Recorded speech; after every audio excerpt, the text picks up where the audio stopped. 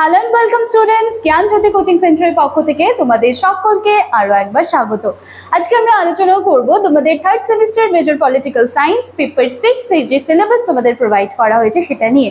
আমি জানি তোমাদের সিলেবাস নিয়ে আলোচনা করার যে বিষয়টা সেটা কিন্তু একটুখানি লেট হয়ে গিয়েছে কিছু কারণবশত। তো এই যে সিলেবাসটা আলোচনা আমার হয়ে যাবে, দেন কিন্তু একদম নেক্সট দিন থেকে তোমরা ধারাবাহিকভাবে সমস্ত টপিক কিন্তু পেয়ে যাবে, ঠিক আছে?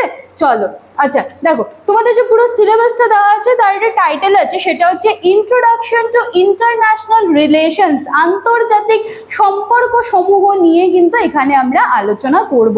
ক্লিয়ার আছে? আচ্ছা দেখো, আলোচনার বিষয় শুরু করার আগে একটা খুব ছোট্ট কিন্তু ইম্পর্টেন্ট ইনফরমেশন একটুখানি আমি দিয়ে নিচ্ছি, ঠিক আছে? দেন আমি আলোচনার বিষয়টা শুরু করছি। দেখো, তোমাদের কোর্স ফি কি আছে? তোমাদের কোর্স ফি আছে 1199, ঠিক আছে? 1199। এই কোর্স ফির বিনিময়ে কিন্তু তোমরা পুরো সেমিস্টারটা ক্লিয়ার করতে পারছো। মাঝখানে কিন্তু কোনো কিছু তোমাদেরকে আর পে করতে হচ্ছে না।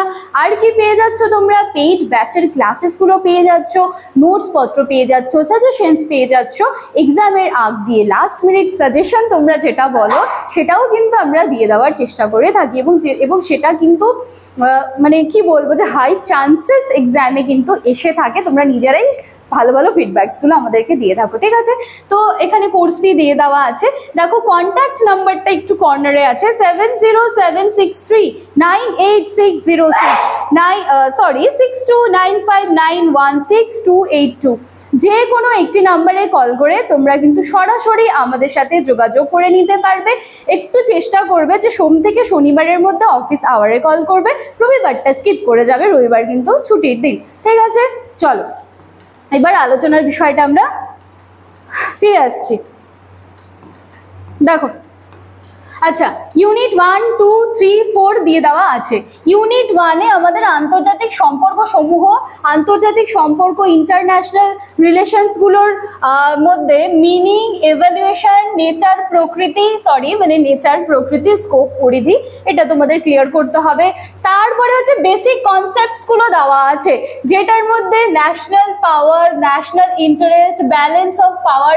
এই দেখো, এই জায়গাটা খুব ভালো দিয়েছে তোমাদের, বাইপোলারিটি, মাল্টিপোলারিটি, এই জায়গাগুলো খুব সুন্দরভাবে আমরা আলোচনা করব, ঠিক আছে?